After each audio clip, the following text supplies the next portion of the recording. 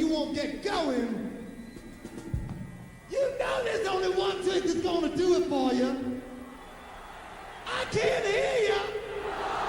I can't hear you.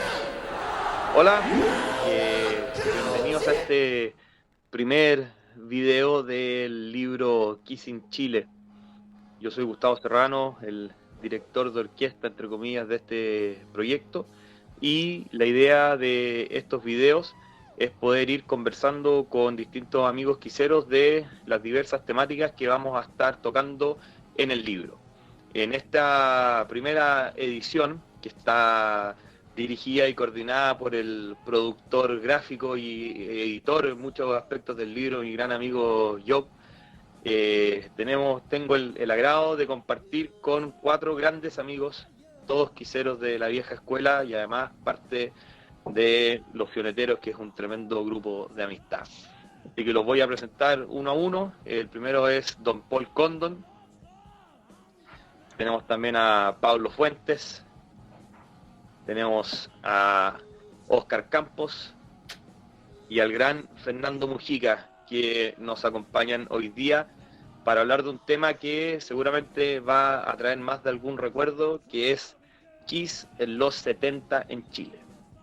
La idea, como les contaba, de estos videos va a ser abordar temáticas particulares del libro desde un punto de vista de los recuerdos de los protagonistas de las memorias en específico.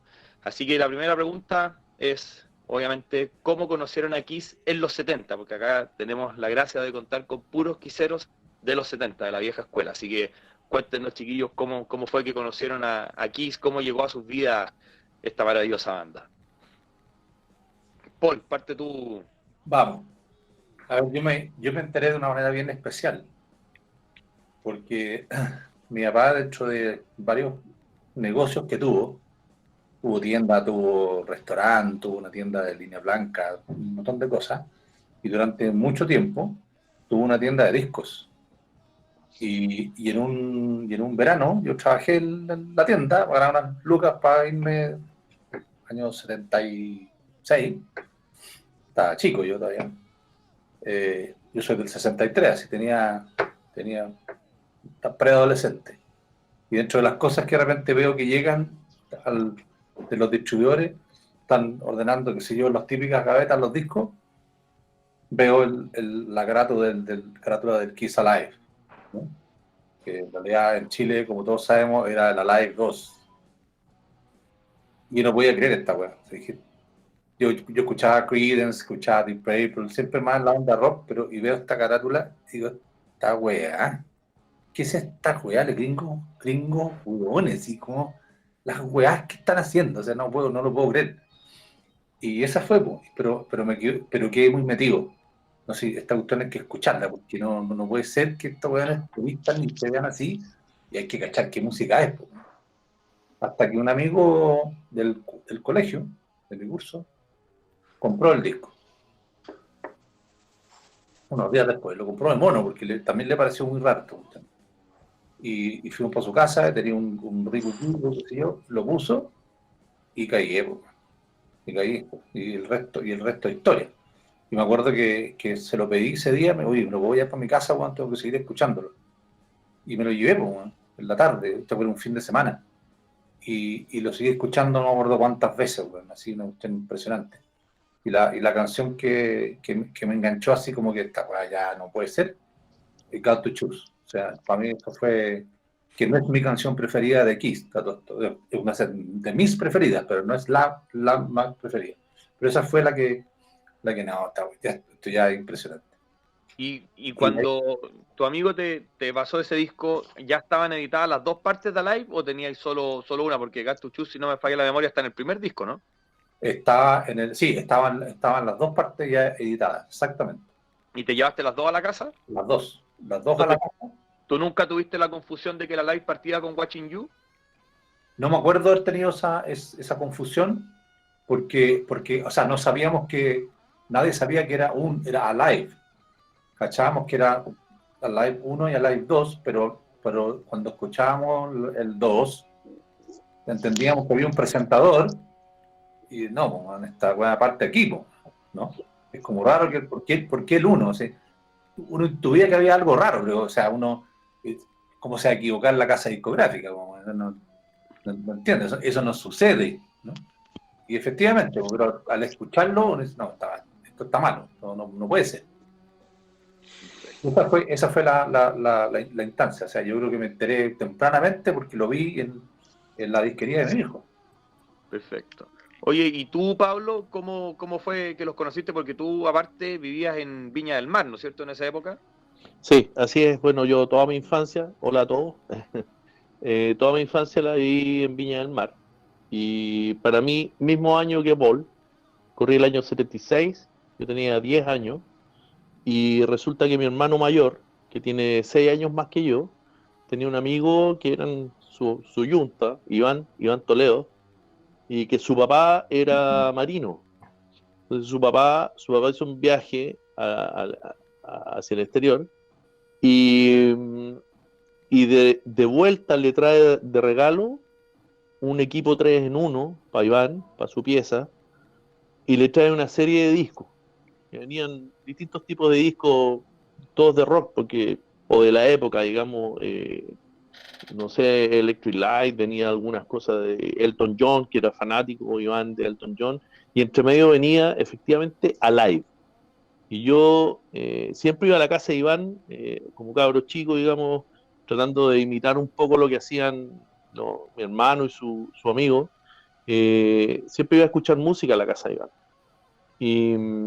Y me encuentro con este disco recién llegado, y yo empiezo a mirar todos los discos, y, qué sé yo, y de repente me aparece este, y yo lo tomo, así como pareció a Paul, así como, ¿qué es esto? ¿Cachai? O sea, ver a estos compadres pintados con esos trajes, weón, puta, ya ver la carátula que es enfermo.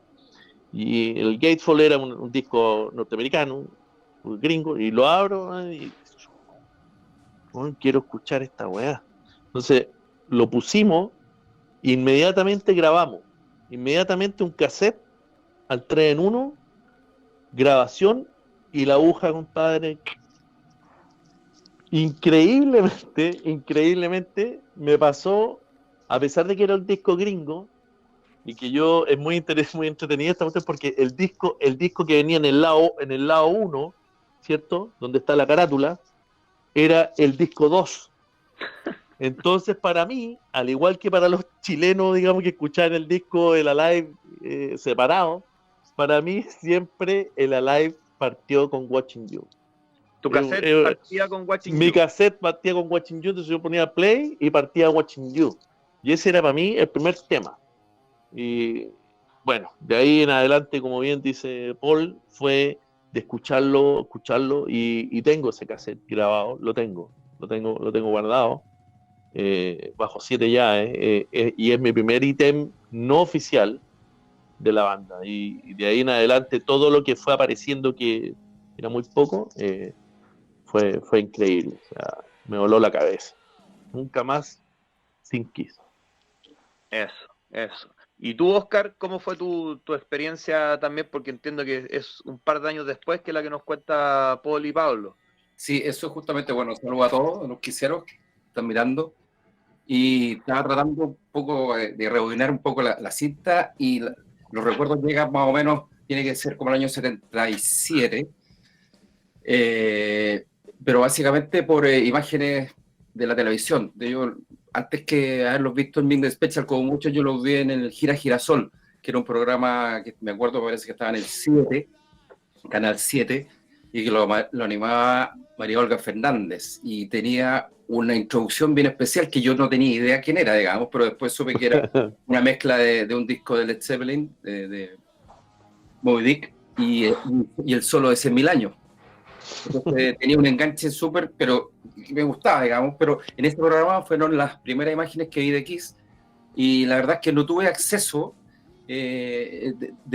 a vinilos en ese tiempo. Los vinilos que circulaban, yo tenía vecinos al frente que eran mayores que yo y tenían vinilos de Eric Carmen, de Olivia Newton-John, de Elton John, Beatles, pero no tenían nada de Kiss. Y la verdad es que yo, cuando después empecé a ir al centro, yo vivía en San Miguel en ese tiempo, fue, primero que nada, siempre me gustó la música, digamos, o sea, y cuando salió la revista 19, mi mamá andaba en el centro con mi vieja y me compró la revista, que salía Peter Frampton con toda la pinta del Frampton Comes Alive. Salía en la tapa y me pareció súper entretenida la revista. Tenía, no sé, unos 13 años, la compré y empecé a ojearla y de repente, ¡pum!, me topo con un reportaje a Kiss. Y ahí se produjo el click. Y de ahí fue entre esa revista y la compra del Rock and Roll Over, pasó casi nada de tiempo, digamos. Y ahí empezó todo. Y ahí, obviamente, asociando los videos que yo había visto con lo que estaba escuchando en el LP, que básicamente eran los tres clips muy conocidos por todos, obviamente. Pero fue en esa época, yo pienso que tiene que haber sido a fines del 77, eso, que fue como la parada, digamos. Ahí empezó todo lo que es Kiss en mi trayectoria quisiera, digamos. Y pasaba para ti fue algo mucho más visual y después lo enganchaste con lo musical. Es que, primero obviamente, antes la revista, como digo, vi los videos y fue una cuestión chuta y me gustó. Entonces, pues cuando lo reforcé con esa foto clásica que viene en la revista y que es una fotaza, digamos, y con los comentarios que venían ahí sobre la banda, fue una cuestión así como, quiero más. Y obviamente, después cuando salí y estuve en el centro, y no sé si fue en todo el 70, para los viejos, o la Feria del Disco, en una de esas dos tiendas me tengo que haber comprado el Rock and Roll Over, y de ahí para adelante historia, digamos. Pero eso fue el kickoff. Y los videos que pasaban ahí en el Gira Girasol eran los tres del Rock and Roll Over, ¿no es cierto? Exactamente. Y también siempre lo he comentado, una de las cuestiones que también me pateó la cabeza así, pero a mango, fue un rock un Kiss History que dieron, no sé si me parece que en el programa de Canal 9, donde con una voz de una mujer que era como centroamericana, contando toda la historia de Kiss y mostrando muchas imágenes del Hotter Than Hell, ¿ok? De la gira, qué sé yo, de típicas imágenes que siempre se han visto después, pero ahí metieron el clip o una actuación en vivo con Come On and Love Me. Y eso lo encontré así una cuestión, pero ya... Y eso obviamente no salía en el Rock and Roll Over. Entonces empezaba y tú como, oye, ¿dónde está? ¿Qué sé yo? Y después, cuando me fui interiorizando más y conociendo los otros discos que habían, obviamente, que eran de antes, sobre todo la live, era una cuestión así como chocante, intrigante y como ganas de saber más de... Eso fue una experiencia, digamos, que te picó el bichito, digamos, por tratar de saber más. Excelente. Oye, y por tu lado, Feña, ¿cómo fue que llegó Kiss a tu vida en esa época de juventud de los 70? Fue en el año 76, con 10 años de edad, en el Colegio de la Salle. En el Colegio de la Salle había harto quisero, como que había pegado fuerte, como que había harta gente trayendo cosas. Y en la Plaza Egaña había una casetería chiquitita. Me acuerdo que por Américo Vespucio había trole. Entonces yo me acuerdo haber tomado el trole con un compañero y haberme comprado el Harder Than Hell el año 76 en cassette. Creo que lo primero fue intercambiar, ver vinilos de amigos. Ver el Harder Than Hell y el Kiss en vinilo fue como, ¿qué es esto? Y escuchar después el Harder Than Hell en cassette fue, y de ahí creo que me pasó la live. Pero también me influyó mucho la 19, ver la revista, igual que lo que dice Oscar, me pasó que con una mezcla entre la revista, fue una mezcla entre lo visual y lo que uno escuchaba. Pero entre el 76 y el 73 había compañeros que eran bien fanáticos de la banda, entonces se generaba este intercambio en el curso, eran como 5 o 6 fanáticos de Kiss en el curso, entonces como que se ve fácil, era como algo era como algo aceptado entre Bee Gees, Olivia Newton-John, Fire y todo lo que sonaba en ese momento, pero varios compañeros escuchaban, de hecho no tenía compañeros que escuchaban Black Sabbath, no tenía compañeros que escuchaban Led Zeppelin, sino que era Kiss, era como la banda del momento, 76-77. Yo los conocí en 76, a través de vinilo, a través de comprarme un cassette en una casetería, edición chilena, o edición brasileña. Los azules. De los azules, sí. Y de verlo en la revista 19, parecido, pero fue el año 76, con 10 años fue ahí que en shock. O sea, de acá 4 historias podemos ya ir sacando estos como hilos conductores que son bastante parecidos y estando, ninguno de ustedes se conocía, estaban en lugares distintos, en ciudades diferentes, etcétera. Y de esto escucho que se repiten hartos conceptos. Si ustedes tuvieran que elegir ahora su disco favorito de Kiss, ¿cuál sería? Yo creo que es imposible responder esa pregunta. Yo creo que habría que preguntarla de otra manera. Si hay vida en el más allá, solo estás autorizado a llevarte un solo disco, un álbum más que un solo disco. Yo creo que tendría que pensarlo mucho, pero creo que finalmente tendría que quedarme con Alive. Pero con un sentimiento de que estaría dejando atrás así la mitad del cuerpo, ¿cachai? O sea, si me dices cuál es el disco que a ti más te gusta de Kiss, yo creo que es el Rock and Roll Over. Principalmente por su sonido, ¿no? Creo que ese es el sonido más Kiss de Kiss, ¿no? Que más los representa. Pero para la experiencia Kiss, Alive, sin duda. Si te hay que llevárselo al cielo o al infierno, y eso es lo que vaya a escuchar hasta la eternidad, creo que tendría que ser Alive. Perfecto. ¿Y tú, Pablito, cuál te llevaría ahí? ¿O cuál eliges? Ahí está, mira. Lo tengo ahí en mi mano. Lo tengo ahí en mi mano. En la mano y en el brazo. Y en el hombro. Aquí. Ese es el que me llevo de aquí a la eternidad. Es absolutamente, es 200 y 300% Kiss.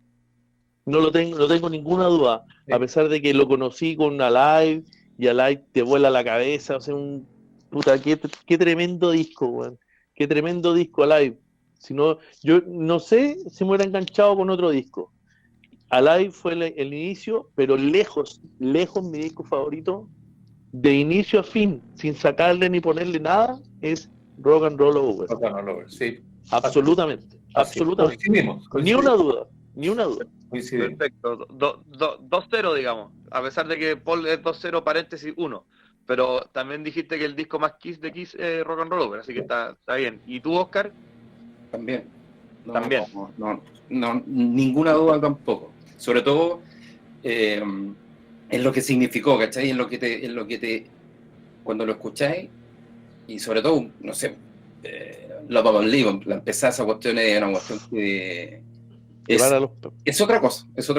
Básicamente una cuestión que asociáis sentimientos, asociáis situaciones,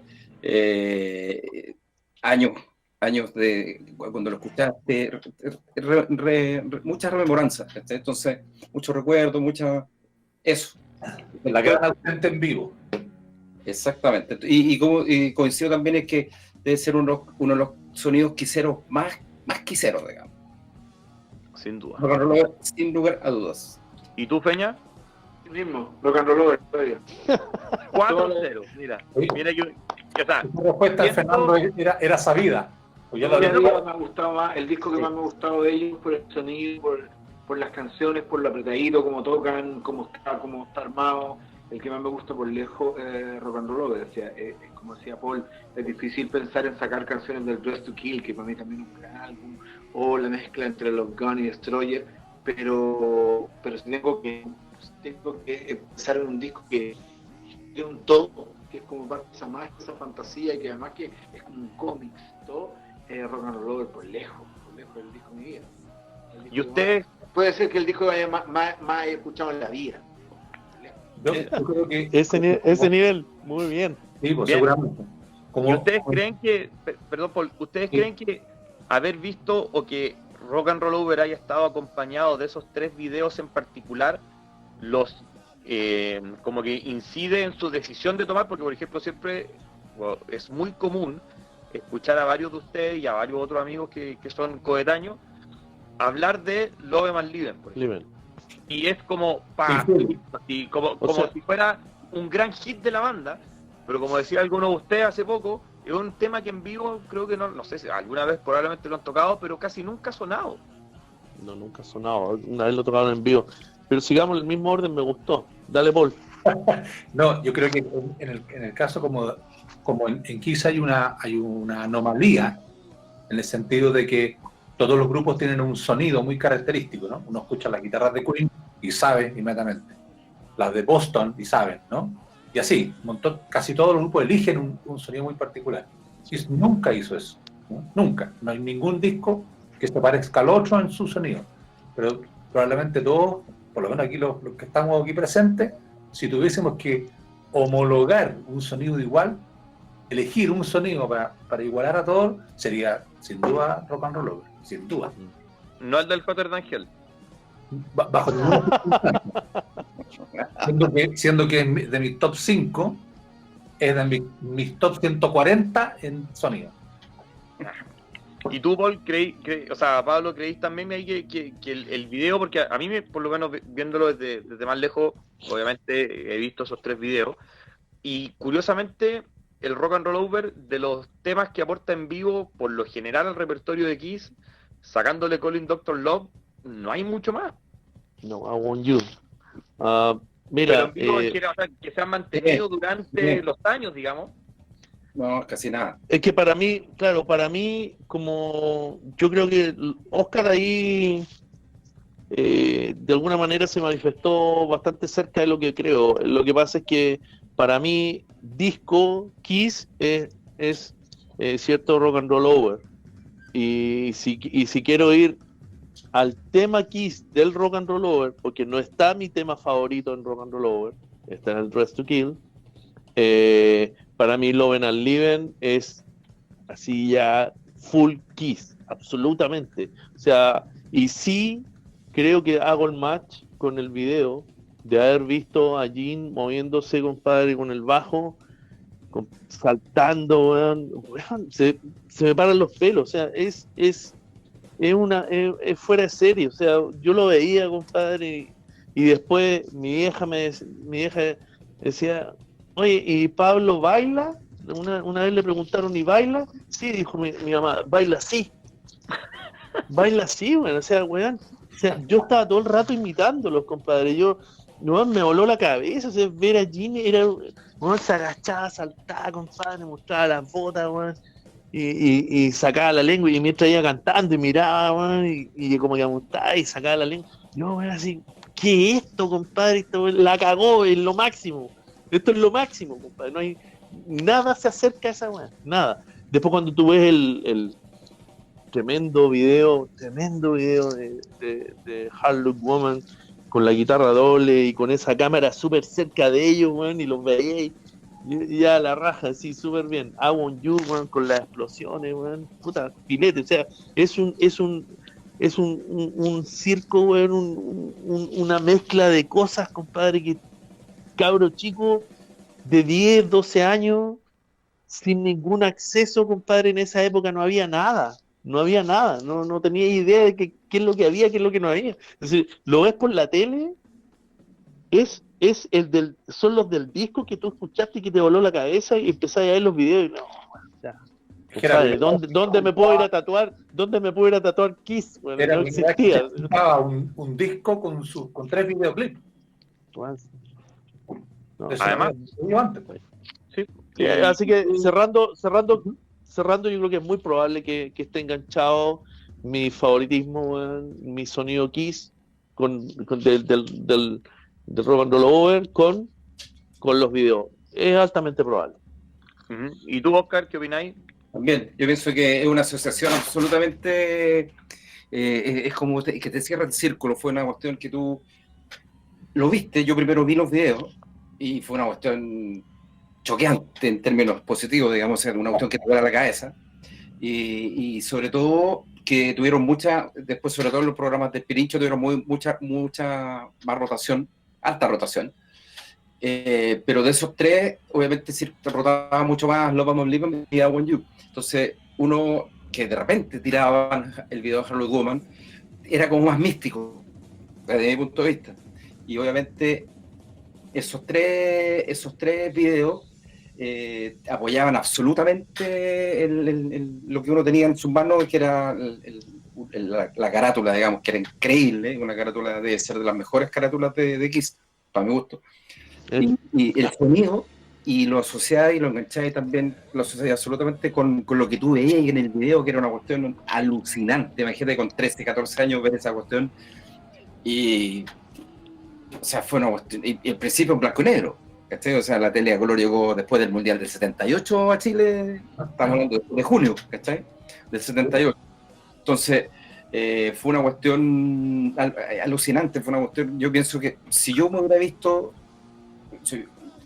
viendo eso como una tercera persona viendo eso, yo hubiera visto un cara así, con así unas pepas así, con la boca abierta, mirando la tele. ¿Sí? Más o menos, sí. Así es. Exactamente. Y sobre todo el tema de los Love and Leave Them, después, no, los más viejos se van a acordar, tú obviamente no cachai eso, Gustavo, pero cuando daban el programa, cuando empezaba en Midnight Special, el programa empezaba con una serie de cortitos videos. Exactamente. Pedacitos y tiraban uno, y después de Hot Legs de Rod Stewart, De Rod Stewart. cortito de Love and Leave Them, un pedacito. Entonces, Sí, era tanta la avidez de ver esa cuestión que yo me veía en la empezada completa de Midnight Special y la terminada completa de Midnight Special, porque ahí salía un pedacito de Love and Leave Them. O sea, era una cuestión... Y de precario era, ¿no? Nos conformamos con Era un pedacito, hacer un cortito así de 2-3 segundos, no sé si... Sí, claro. No, 5 De hecho, segundos. sí. Entonces, yo concuerdo con Pablo que es absolutamente vinculante el asociar el como mejor disco, sobre todo por la evidencia de uno, en el rock and roll con el apoyo de los videos. Absolutamente. Bueno. Y a ti, Feña, te pasa algo similar, porque tu historia, a diferencia de la de Paul, Pablo y Oscar, es un poco más como asociativa, por lo que contabas, de que en el colegio había más fans de Kiss y compartían más vivencia ahí que los demás chiquillos. Entonces, ¿para ti también se vincula harto el tema de esos videos en particular? ¿O creéis que tu fanatismo hubiese sido exactamente por el rock and roll, hubiese sido exactamente igual si no existieran los videos, por ejemplo, o algo así? No tienen relación estrecha, porque que me han choqueado en Shock era la One You, y esas canciones que eran una presentación por un programa de televisión, básicamente. Era como, y de hecho es curioso que hice en ese momento de tomado como qué 3 canciones podemos usar para promocionar el Over. Usaron al final casi no es single, ni siquiera el box set de single, una canción que ni siquiera tocaron. Pero yo, además de que le tuve mucho cariño al sonido del rock and roll, la canción que más quería siempre volver a escuchar era muy... Entonces está totalmente estrecho, relacionado, que esas 3 que hicieron para ese programa de televisión tuvieron relación con el cariño de volver a escuchar rock and roll, aunque estaba las 2 canciones que habían hecho el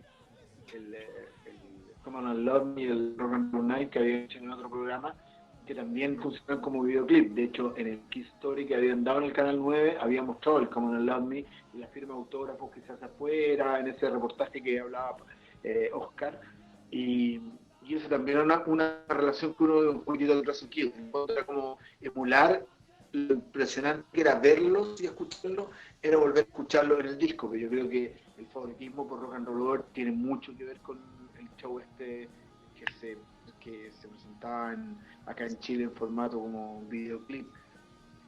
La banda terminó liderando a través de formato videoclip, pero eran unos videoclips de Beatles que eran tocados como lo hicieron más en la televisión. Pero yo sí, están absolutamente relacionados. Para mí, más que la Love and Leave Them era el I Want You. El I Want You era absolutamente, era todo. Oye, Feña, y continuando ahí, por ejemplo, tú que tenías más amigos, obviamente el acceso al material a lo mejor era un poco más, no sé si fácil, pero ¿cómo sabían ustedes que salían cosas de Kiss, que habían nuevas cosas de Kiss? Porque Kiss al final durante esos años era una banda súper activa. Si ustedes por lo general lo conocieron entre el 76 y 78, tenéis que estar sacando por lo menos un disco por año, tenéis los solistas, tenía Live 2, tenía el doble platino, tenía hasta el Dynasty más o menos, como que siempre se mantuvieron sacando material de manera anual. Entonces ustedes se enteraban cuando las cosas llegaban y de repente las veían en la disquería, o había alguna especie de algún amigo que decía, oye, mira, escuché, no sé, en la radio que dijeron esto, salió en el diario, en una revista, en la 19 dijeron que Kiss iba a sacar un nuevo disco, estaba el tema de la película, había como un montón de actividad durante esos años que Kiss era una banda súper, súper activa. Sí, la 19, yo creo que en el caso mío, la 19 actuaba como un complemento y más. Lo que veía de la 19 me marcaba mucho. Muchos compañeros viajaban, recuerdo a Picas, recuerdo a Ascona y a varios más, que viajaban, llegaban con ediciones gringas de los vinilos y además había mucho tráfico de cassette en el fondo, de cassette en los brasileños, entonces era como no había tampoco mucha información, se tejían mucha anécdota y muchas historias ocultas de lo que podía haber sido Kiss en vivo. O sea, se creía que Paul Stanley mataba una gallina sobre el escenario, y eso yo lo escuchaba en el colegio en Sí, claro. el año 77, yo escuchaba eso de que mataban animales sobre el escenario y todo, entonces era una fantasía relacionar lo poco que tú veías con lo que escuchabas. Información no había mucho, yo creo que la información se destapó a nivel de diarios, ya mucho más cercano al 78 y ya mucho más cercano después de lo que fue cuando ya en tardes de cine daban la película de Kiss, El ataque y los fantasmas, como le ponían, era había muchos más diarios, y Kiss de uso común. De hecho, cuando Peter Criss se fue y entró Eric Carr, salió muchos diarios. Estuvo entre el 79 y el 80, vimos a Kiss ya masivamente. Entre el 77 y el 78 todavía una banda de rock más dura que no se veía, y que lo llevaban a un nivel muy circense, muy de que se pintaba, muy de payaso, muy de glamour en el fondo. Pero había poca información, yo tuve la suerte sí tener intercambio de Kiss y tener compañeros que les gustaba. Yo me acuerdo camino a mi casa en el año 77 con el Destroyer en la mochila, perfectamente. Con el Love Gun, con el Alive 1, eso era como más, era común, y lo sentía como una banda grande. También que para que lo mezclara con lo que sonaba, lo mezclaran con Bee Gees, con Olivia Newton-John, con John Travolta, no tengo idea, era como una banda mainstream en el fondo. O sea, en el fondo tuvo una cierta repercusión en un mundo Chile. Información no había mucho, eran de revistas que lo podían repetir, y no influyó en mí eso, influyó básicamente los discos que daban vuelta entre amigos. O sea, de hecho, la primera revista gringa que vi yo fue el año 80, que es una revista que venía con toda la serie de fotos del Dynasty, que llama, fue una revista de Kiss gringa. La primera vez que vi una revista de Kiss gringa creo que fue en el verano de 1980, que fue un shock para mí, pero antes era como la versión chilena, pero creo que la prensa no influía mucho, más allá de un recorte que yo vi una vez en La Tercera que salía en distintas portadas de revistas. No existía nada, weón. No existía nada, sino nos enterábamos con hechos consumados, weón. Cuando veíamos el disco Absolutamente, claro. En la tienda, weón. Con hechos consumados. La prensa, oye, tal grupo está preparando su nuevo álbum, no sé qué. No, eso no. Existía, no existía. Se enteraba y no de Kiss, de cualquier otra cosa cuando la cuestión estaba ahí, weón. Hecho consumado. El disco en la tienda, man, y, qué bueno, otro disco de Kiss. Y qué rico, porque efectivamente, como decís tú, Gus, esos primeros años fueron muy prolíficos, era uno por año. Claro, y a mí, por ejemplo, lo que me ha pasado y que me ha llamado mucho la atención dentro de toda la investigación para el libro y los recortes, es que tal como decía Feña, yo puedo determinar como el primer hecho mediáticamente cubierto como de manera más masiva es la salida de Peter Criss. Y ese efectivamente se escribió mucho de eso, o sea, no sé, mucho, digamos, no es como que todos los diarios lo cubrieron, pero hay muchos reportajes sobre eso, y sobre la entrada de Eric Carr también hay muchos reportajes, o hay muchos, se escribió harto. Entonces ahí a mí me hace como suponer que la banda ya era muy conocida, porque para que fuera importante que se fuera un baterista, y en los fines de los 70 y principios de los 80 las bandas estaban por una puerta giratoria, entonces salían, entraban, no era poco común eso.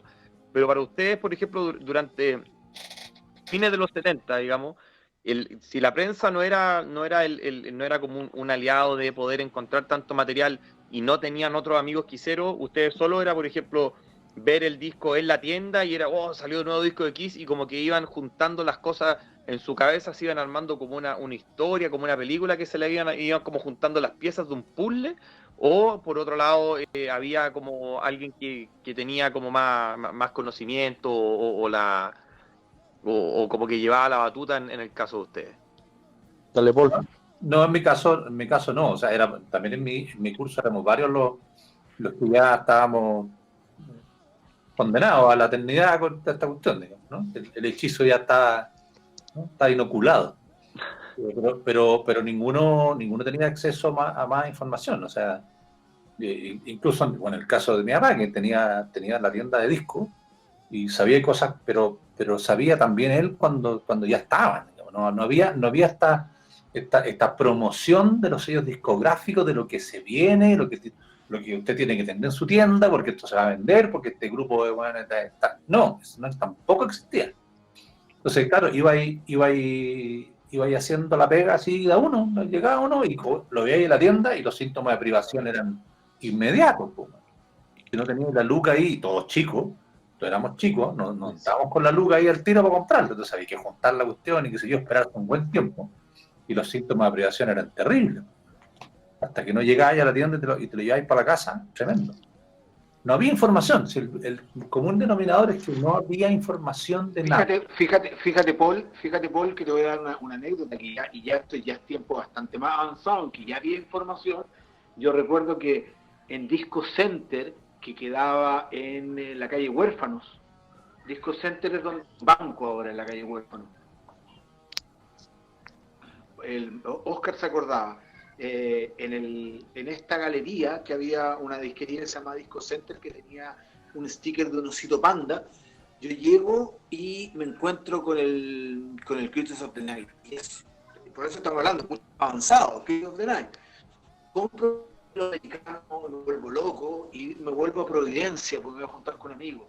Y voy a Circus, que llegaba a toda Europa, y yo llego con el vinilo y entro a la tienda como quebrándome con el vinilo, así como tengo este vinilo, y me acuerdo que mi gran amigo, que en paz descanse, que era el que estaba a cargo de la tienda Circus, viene y me dice, ay, ese te lo compraste ahora, sí, y este lo tení, y me saca el Killers. Y me mata, yo sé como que, ¿y eso qué es? Así como, ¿en qué minuto? Y yo sabía el orden, y no me apareció el Killers, y cuando lo pienso con el tiempo, digo, no había información. Era demasiado, 2 veces no podía hacer el correlato. De hecho, por eso había que salir dos discos por año. ¿Qué mejor ejemplo el que teníamos una Live 1, una Live 2, una Live 3, teníamos un enredo en la cabeza. Y tengo amigos, que durante mucho tiempo el debut de Kiss, el Rollover, les grabaron después el Dress to Kill y vivieron mucho tiempo con un desorden de grabaciones. Entonces, no había información. Yo. ¿En serio? A mí me pasó, o sea, ustedes cuentan todo esto porque ustedes vivían acá en Santiago donde había más información, ¿no? Si se las digo en serio. Empezaron a contar todo esto, por ejemplo, de sus compañeros que eran quiseros. Viejo, yo no tuve nunca compañeros quiseros no sé, de primero a quinto, a quinto básico, jamás. Porque para nosotros en Viña no había nada de información, era cero. O sea, después mi hermano con Iván, no sé cómo, llegaron y tengo la confusión si fue Hotter Than Hell o Rock and Roll Over. Llegaron en algún minuto tuve los 2 cassettes que eran de mi hermano en definitiva, y yo ahí escuché los dos, y bueno, o sea, el sonido de Hotter Than Hell fue así que suena raro, man.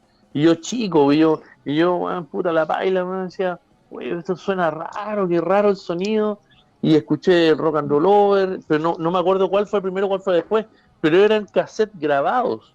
Yo nunca tuve acceso a cassettes originales, a los discos de ninguno de los dos, ni Hotter Than Hell ni Rock and Roll Over. Yo no conocí el Dress to Kill hasta después. No conocí el Kiss ni Dress to Kill, yo no los conocí Rock and Roll Over y conocí Hotter Than Hell. No había en Viña información. Hasta que el otro día les contaba a unos amigos, cierto que mi prima se puso a pololear con un tipo en Viña del Mar, y este compadre tenía todo, man. Tenía todo. O sea, a mí me dijo mi prima, oye, mira, acompáñame, vamos al departamento de René, y vamos al departamento de él, y cuando entro, tenía la colección completa, aparte que tenía tapizado su pieza con con pósters de los discos, bueno, unos pósters increíbles, los que todos conocemos, esos viejos así increíbles, y me pongo a ver y tenía todos los discos. Yo ahí los tuve en mi mano y conocí el orden de los discos. Recién, yo te digo, Oye, año pero 79, Pablo, 80. Dime. Pablo, qué interesante. ¿Qué es esa teoría casi medio sociológica, como de que el orden de los factores no altera el producto? Es increíble cómo dar vuelta a ciertas discografías. Que no conoce aquí en los 70 y mucha gente que va conociendo los conoce por el Unplugged, los conoce por discos, los conoce por el Lick It Up o lo que sea, por el Crazy Night, y van llegando hacia atrás cómo desenredar discos, o Sí. enredar discografía por el sentido. ¿Cuánta gente conoce AC/DC con Brian Johnson y no con Bon Scott? ¿O cuánta Sí, claro. cuánta gente realmente en los primeros discos de Iron Maiden fueron con Paul Diano? No, fueron con Bruce Dickinson. Entonces, curioso como desordenar el disco igual cobra sentido, igual cobra fanatismo. Porque Yo creo que sí. que tú me caes, tiempo después escuché el Dress to Kill y el debut. Es como que te faltó una parte del puzzle, pero Exacto. finalmente la obra tuvo el efecto igual en tipo. Es que Exactamente. es imposible hacer la historia cronológica porque los 3 primeros discos salieron después de la Live. La Live se editó en Chile, probablemente porque ya era un éxito en Estados Unidos. Dijimos, esta cuestión la vamos a lanzar en Chile porque se va a vender. Fue éxito allá, va a ser éxito aquí. Y efectivamente fue así. Y después se lanzaron los otros 3 discos. O sea, uno Pero, hizo la historia para atrás. ¿Sí? Y ahí la sensación rara, así, ¿por qué estas canciones son tan distintas a las versiones en vivo? Esto no es así en los otros grupos. Cantan más o menos igual, ¿no? Oye, Paul, Era distinto porque en vivo era muy raro. pero Y ahí- fíjate, Paul, disculpa, pero ahí es donde yo voy estamos a 154 kilómetros de Santiago, entre Viña y Santiago, y fíjate que yo no conocí el Alive, estos Alive separados, los vine a conocer después, mucho después, Mira, porque no existía. Si te digo, la única información que llegaba de Kiss a nosotros era de afuera. Yo tuve discos y grabaciones de cassette sobre los discos americanos. Eso era lo que llegaba. claro, sí. ¿Cachai? Oye, Paul, y ahí tú tenías una anécdota muy buena después de haber descubierto la Live, que había ido a una disquería y el Hot Rod Angel te lo habían vendido como Kiss en Japón. No, se promocionaba como Kiss en Japón, como que era otro disco en vivo. Además que era súper increíble, porque toda la imaginería del disco en gráfica japonesa, Claro. anda, ¿por qué? Pues, lógico, era coherente. Kiss en Japón o sea, listo, match, perfecto.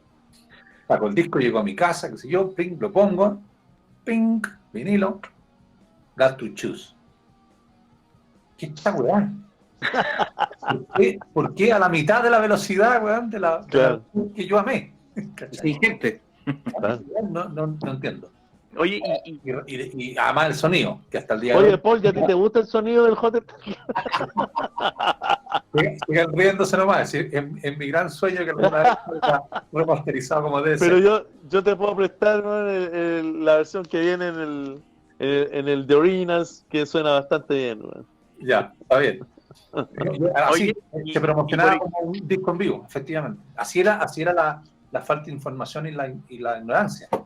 Oye, y así como esta, porque ya nos vamos acercando un poco a la duración que queremos darle a estos videos, para que no sean tan tediosos, porque nosotros podríamos estar hablando 2 días seguidos de esto y hemos tenido cuántos carretes en que hablamos horas y horas y horas de esto. Así que les quiero hacer una última pregunta para cerrar esto, porque esto de todas maneras va a tener una continuación. Así como Paul tiene esta historia del Kiss en Japón, como que uno lo escucha ahora y se ríe porque es realmente divertido que alguien de una tienda te diga esto es Kiss en Japón, llévatelo. Y más aún que al pobre Paul lo haya traumado a tal nivel el sonido.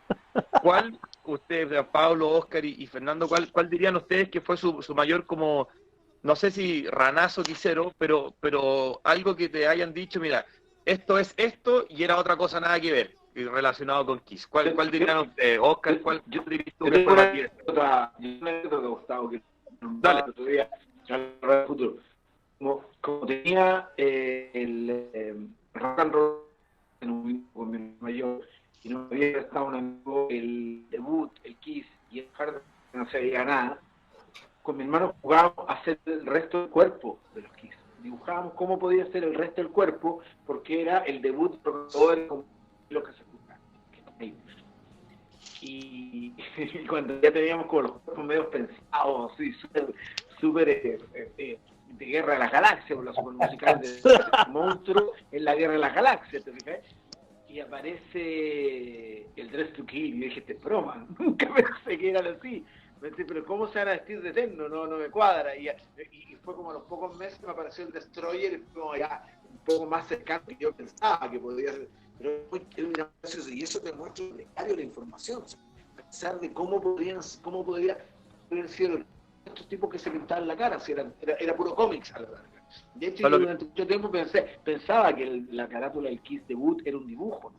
Para mí era un dibujo. Estos tipos no son así. Si el rock and roll era un dibujo y el Destroyer era un dibujo, el primero era un dibujo, yo quería ver cómo era. Y las fantasías que tenían en el 78 y el 81 de cómo eran ellos, y era increíble. O sea, hablamos, de hecho, una anécdota muy buena. Había una revista, no sé qué revista era, puede haber sido la 2017, no me acuerdo qué revista era, o no era ni la 19 ni la Intimidad, no me acuerdo cuál era, y que sale una noticia que decía que los Kiss iban a sacar el maquillaje por un mal diseño. Arriba había una foto que se la mostraba a Oscar, que lo hablamos, del David Soul, creo que era, el de Starkey Hutch. Y con mi hermano decíamos, ese es Gene Simmons. Y durante mucho tiempo pensábamos que el de Starkey Hutch era Gene Simmons. Entonces, esas mezclas de que bastaba que una foto la pusieran equivocada en la revista, eso es todo. O sea, Steve Austin, weón. Steve Austin podría haber sido uno de los que... Estas cosas las escucha un millennial, weón, y no lo puede creer. Es que ahí está, pues, no había información. Yo no sé, ya le he contado que cuando yo vi los primeros videos de Kiss, y sobre todo el de Love and Live 'Em, y después no sé si en los días siguientes, qué sé yo, en el mismo programa, tiene que haber sido, salió Queen con Tie Your Mother Down. Con esa. Entonces yo dije, chuta, y estos gallos son los mismos que vi ayer, y ahora sin pintura. Y dije, chucha, porque se parecía harto el escenario, digamos, con humo, qué sé yo, con alguna... Y para mí, en un momento pensé que eran los mismos, que se habían sacado el maquillaje y estaban tocando otra canción. Entonces, no asocié que eran grupos distintos, digamos, o sea, no un ranazo del Puerto Buque, digamos, pero en un momento lo pensé. O sea, imagínate con Oscarín, que a mí, Oscarín, un compañero curso, me dijo que Get Ready, el de Tierra Extraña, en vivo, con todo lo que era un tema que no estaba en el Alive, y para mí fue 15, La voy a ver, a ver. Un outtake. Sí. Pero estamos hablando de ese ¿no? Tenía entre los 12 años también. Uno era niño. Sí, por eso niño. La cultura de hecho influyó tanto cuando tú agarras Soundgarden, Stone Temple Pilots, de Metallica, los que sea, el Kirk Hammett, y todos que quedaron tan traumados porque todo este shock, toda esta cultura de todos estos vinilos y todo, por mucho que haya estado en Estados Unidos ahí, que entre el año 76 y el 78 todos tenían entre 9 y 12 años. Éramos chicos. El David Ellefson dice que fue el club de su vida y que entró de la mano al concierto de un primo mayor, de la mano, o sea, era chico. Todo esto lo vivimos muy chicos, en el fondo, no lo vivimos con 20 o 25 años, vivimos esto en enseñanza básica. Sí, totalmente. Influye mucho. Totalmente. Entonces, ¿qué es lo que trato de yo de poner en el tiempo, ¿cierto? Poner en evidencia que éramos niños de 10, 12 años, en los 70, viejo, donde no había absolutamente nada. No había nada. Yo en Viña tenía 2 canales de televisión. Veía el 4 y creo que llegaba al 7, bueno, que era el canal 6 en Viña. Entonces, había súper poco acceso, no había nada. Era tanto que no había nada, que era lo que recordaba yo el otro día, era tanto que no había nada que ni siquiera a ti te daban ganas de investigar, O sea, eso, que cuál será el próximo disco, que cuáles son los otros discos. No, yo era como más, bueno, me llegó esto, puta la raja este disco, llegó otro, mira, otro disco más. Pero no andaba como, cuál será el próximo disco, o qué habrá habido antes, si habrá habido un disco antes. No, ni siquiera, viejo, era como unos, no sé, unos niños así, ahí que no tenían, no usaban lo que había. Nada más. ¿Cachai? Que tú veías Tower Records, te mostraba que las disquerías durante mucho tiempo eran en el templo de la información de las disquerías, había todo, los créditos de los discos, y ahí estaba todo en los 60, en los 70, había muy poca prensa en general, imagínate nosotros acá en Chile. Buenísimo. Oye, yo creo que nos quedamos, bueno, con... A mí estas conversaciones, como ya las hemos tenido un montón de veces, saben que a mí me fascinan, así que para mí son realmente, es puro manjar auditivo esto. Y vamos a hacer prontamente la segunda parte, porque yo creo que nos queda todavía algo de paño por cortar. A mí se me viene a la cabeza, por ejemplo, si ustedes supieron o no de los discos solistas, se me viene a la cabeza de qué pasó cuando salió el Alive 2, qué pasó cuando supieron que se fue Peter Criss de la banda, y todo esto, ¿cómo se llama? Si te imaginaron alguna vez que Peter Criss no tocaba en el Dynasty y en el Unmasked, por ejemplo, como todo ese tipo de cosas que uno ahora, como soy harto más joven, digamos, para mí eran hechos consumados, como dijo Paul antes, pero de muchos años. O sea, yo cuando vine a ver eso ya, cuando yo descubrí el Dynasty ya tenía, no sé, 16 años, 17 años, el disco mismo. Entonces ya no había mucho más paño que cortar al respecto y podía acceder a que, no sé, pues era Anton Fig el que tocaba la batería, ¿cachai? O por ejemplo, si tú escuchabas el Creatures cuando Fernando lo fue a buscar y llegó a su casa, como en verdad creíais que era Ace Frehley tocando, así cuando tú escucháis no suena nada como Ace Frehley. Entonces, bueno, hay montones de temas que vamos a seguir, ¿cómo se llama? Vamos a seguir conversando, y yo creo que ha salido un primer capítulo, digamos, de esta sesión muy entretenida. Yo lo pasé la raja, así que les agradezco a todos por su tiempo, por su amistad y por su buena onda, siempre en estar aportando a este proyecto que es Kissing Chile. Así que bueno, dejarlo invitados para la próxima, agradecerle a nuestro amigo Job ahí abnegadamente en la quinta región, que nos está ayudando con todos los temas técnicos y también con todos los temas de imagen del libro, que es harta pega. Así que nada, pues nos vemos en una próxima ocasión. Cuídense, chiquillos, acá de la pandemia y todo, a estar tranquilos en la casa, y pronto estaremos rockeando nuevamente. Así que muchas gracias. Nos vemos. Oye, nos vemos. Saludos, fioneteros. Chao. Saludos, quiseros. Saludos. Que estén muy bien. Nos vemos. Chao.